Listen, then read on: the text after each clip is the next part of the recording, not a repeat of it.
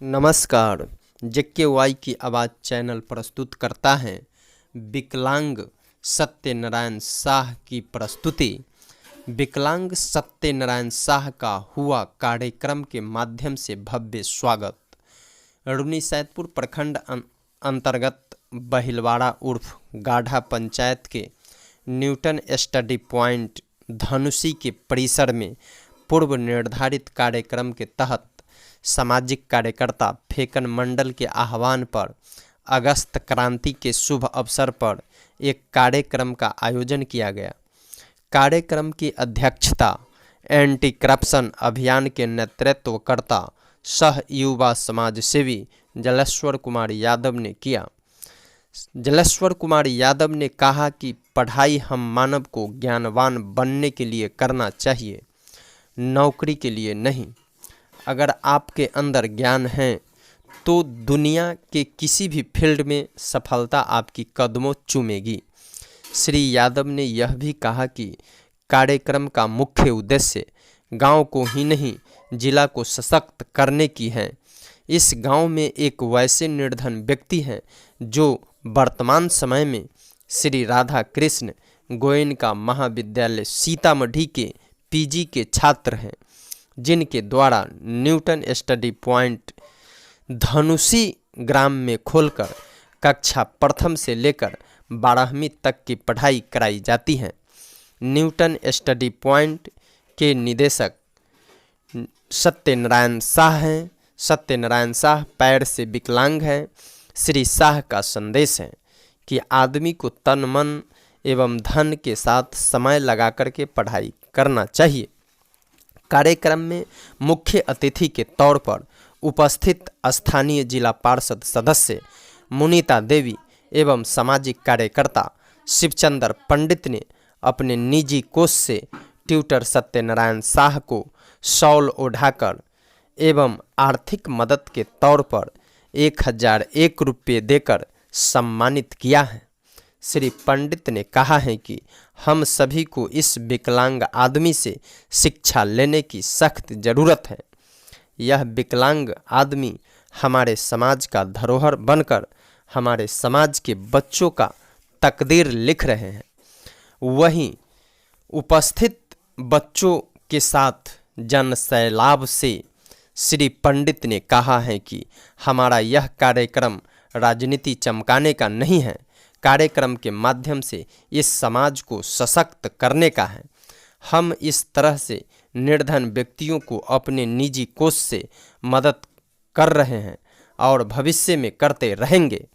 साथ ही साथ जिला पार्षद सदस्य मुनीता देवी ने अपने निजी कोष से 125 विद्यार्थियों को बुक के एक कलम देकर के सम्मानित किया है।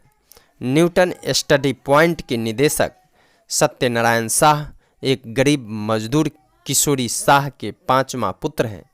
किशोरी शाह बताते हैं कि हमने पुत्र को मजदूरी करके पढ़ाया है। Satyanarayan Shah MP high school से मैट्रिक 57.2% अंक लाकर पास किया है। एमपी हाई स्कूल डुमरा से ही इंटर 50% अंक के साथ पास किया है। वही रामसकल सिंह साइंस महाविद्यालय से स्नातक पास फर्स्ट क्लास फर्स्ट से किया है। वर्तमान में श्री राधा कृष्ण गोयनका महाविद्यालय से पॉलिटिकल साइंस में ही पीजी की तैयारी कर रहे हैं। सामाजिक कार्यकर्ता फेकन मंडल ने कहा कि बच्चों, आप देश का धरोहर हैं। बच्चों के माता पिता से श्री मंडल ने कहा है कि स्वयं नमक रोटी खाओ, बच्चों को उच्च शिक्षा दिलाओ। कार्यक्रम में उपस्थित हुए मुखिया प्रत्याशी दिलीप कुमार पासवान, गणेश कुमार गौरव, जलेश्वर कुमार यादव, मुनीता देवी, शिवचंद्र पंडित, सत्यनारायण शाह, रोशन कुमार, दिलीप कुमार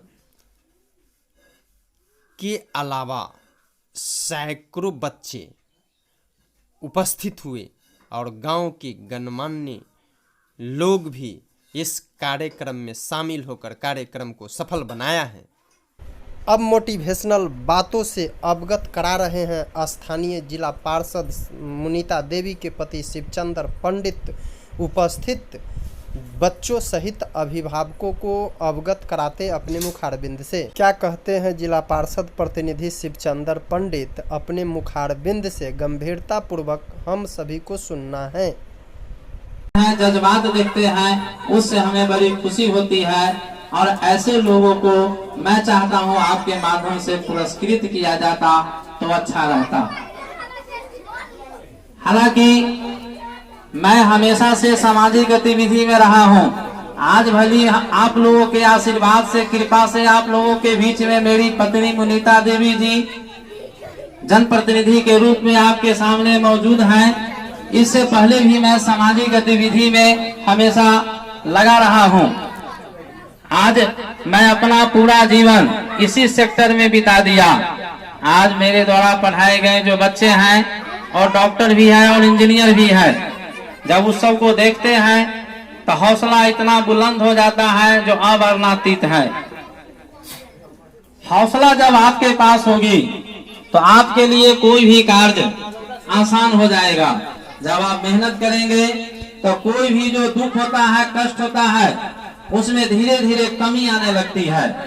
हम सभी प्रकार के कष्ट को, सभी प्रकार के बाधाओं को केवल मेहनत के बल पर जीत सकते हैं। एक जो गुरु थे जो साधु के रूप में थे, और वो साधु क्या, साधु का सीधा मतलब होता है जो बाह्य आडंबरों से और सांसारिक सुखों से ऊपर उठ गया हो, जिसके लिए हर कोई एक समान लगता हो, मिट्टी और सोना में वो अंतर नहीं कर पाएंगे, वही साधु होते हैं। जिसको धन रूपी ताकत आसक्त नहीं कर पाता है, अपनी ओर खींच नहीं पाता है, वही साधु होता है।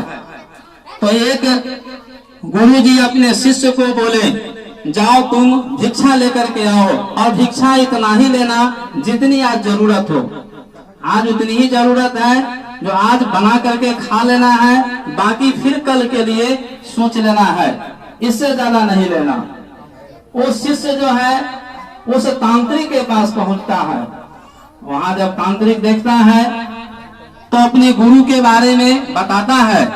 तांत्रिक को उस गुरु की बात की जो प्रशंसा हो रही है उस शिष्य के द्वारा, ये तांत्रिक को ये बात पसंद नहीं आता, और तांत्रिक उस शिष्य को श्राप देता है जो आज का कल का सूर्योदय तुम नहीं देख पाओगे, यानी तुम्हारी प्राण निकल जाएगी, तुम मृत्यु को प्राप्त कर लेगा, तुम कल का सूर्योदय नहीं देखोगे। तुम मेरे सामने और अपने गुरु की तारीफ करते हो, अब मेरी प्रशंसा नहीं करते हो, मैं कुछ नहीं हूँ, मैं तुम्हें श्राप देता हूँ। उस शिष्य में भय हो गया, और इतना भय व्याप्त हुआ जो वह सारा कुछ, उसका मन विचित हो गया प्राण के भय से, और इतना मन विचलित हुआ उस शिष्य का। जब अपने गुरु के पास पहुंचता है तो उसके गुरु जी पूछते हैं, आज क्या हो गया तुमको, तुम इतना विचलित क्यों हो, पता नहीं चल रहा। अंत में जाकर के गुरु जी उससे बोले, खाना खा लो, तुम्हारी जो समस्या है तुम हमसे नहीं बताओगे, तुम्हारी समस्या का निदान कौन करेगा, कोई नहीं कर सकता है। खाना भी खाया। अंत में वो कहता है शिष्य, जो गुरु जी हमको एक तांत्रिक जो है श्राप दे दिया है, कहता है कल का सूर्योदय तुम देख नहीं पाओगे, और मैं विचलित हो गया, अब मेरी प्राण चली जाएगी, आपका शिष्य कौन होगा। ये बात गुरुजी सुन करके हंस पड़े, कहते इतनी मामूली बात के लिए। शिष्य कहता है आप मामूली बात कर रहे हैं, मैं कल नहीं रहूंगा, मेरी प्राण चली जाएगी। तांत्रिक जो है, लोग सब कहता है तांत्रिक जो मुंह से बोल दिया वो हो गया। कहा ठीक है तुम सो जाओ। तो नहीं, मुझे भय लग रहा है, तो ऐसा करो मेरे बिछावन पर सो जाओ, मेरे साथ सो जाओ। कहाँ ये हो सकता है। गुरु और शिष्य की अद्भुत परंपरा होती है। प्रतिदिन गुरु जी का और शिष्य जो था रात में पांव दबाता था। पांव दबाने जब जाता है, अपने रूटीन को पूरा करता है, तो गुरु जी कहते हैं कुछ भी हो जाए, किसी भी प्रकार की विघ्न और बाधाएं आ जाए, तुम्हें विचलित नहीं होना है, और पांव तुम्हें छोड़ना ही नहीं है। हमेशा पांव को पकड़े रहना, चाहे सामने कोई भी आ जाए वहां से विचलित नहीं होना। जब आधी रात बीतती है तब जाकर के लक्ष्मी का रूप धारण करके वो तांत्रिक जो है उस शिष्य के पास भेजता है। शिष्य गुरुजी के बिछावन पर है और पांव पकड़े हुआ है, और वो लक्ष्मी कहती है कि मैं तुम्हारे लिए हीरा मोती सोना जवाहरात और रुपयों से भरी हुई थैली लाया हूं, तुम आकर के यहाँ से ले जाओ, मैं तुम्हारे सेवा से बहुत प्रसन्न हूं। कितना बड़ा लोभ दिया गया। बिना एजुकेशन के आगे कोई नहीं बढ़ पाया है। कहा भी जाता है, रख हौसला वो मंजर भी आएगा, प्यासे के पास चलकर समंदर भी आएगा, थक हार के मत बैठ ऐ मंजिल के मुसाफिर, परिश्रम करते जा मंजिल भी मिलेगी और मिलने का मजा भी आएगा। कहने का मतलब हुआ, ये जो कविता की पंक्ति है किसी विद्वान ने ही लिखा है। ये पंक्तियां बता रही है हमें हौसला अफजाई करनी है, हम अपने जीवन में हौसला को बुलंद करके रखेंगे, हमारी महत्वाकांक्षा उच्च होनी चाहिए। और जब हौसला हम में है और हम मेहनत करते हैं तो निश्चित रूप से हमें इच्छित फल की प्राप्ति होगी।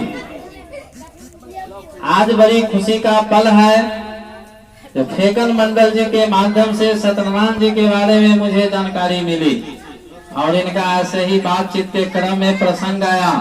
वो कहीं दूर नहीं, आपके बगल में कोठिया टोला बोलता है बेलाही पंचायत में। यहाँ पर बड़ी दुर्भाग्य घटना घटित हो गई। 4 मजदूर यहाँ के और कुछ लोग घायल हो गए यूपी में बस दुर्घटना में। मुझे पता चला, मैं अपने जा करके वहाँ जो उन लोगों को अपने निजी कोष से जो मेरी क्षमता थी उसके अनुसार आर्थिक सहयोग किए। आप लोग को शायद पेपर वगैरह के माध्यम से जानकारी मिली होगी। वहीं इस बात की चर्चा चली, जो मास्टर साहब हम भी एक कोचिंग चलाते हैं, गुरुजी के ही नाम से हम जाने जाते हैं। इनका यह हुआ जो जिस तरह से आप लोग गरीबी से ऊपर उठ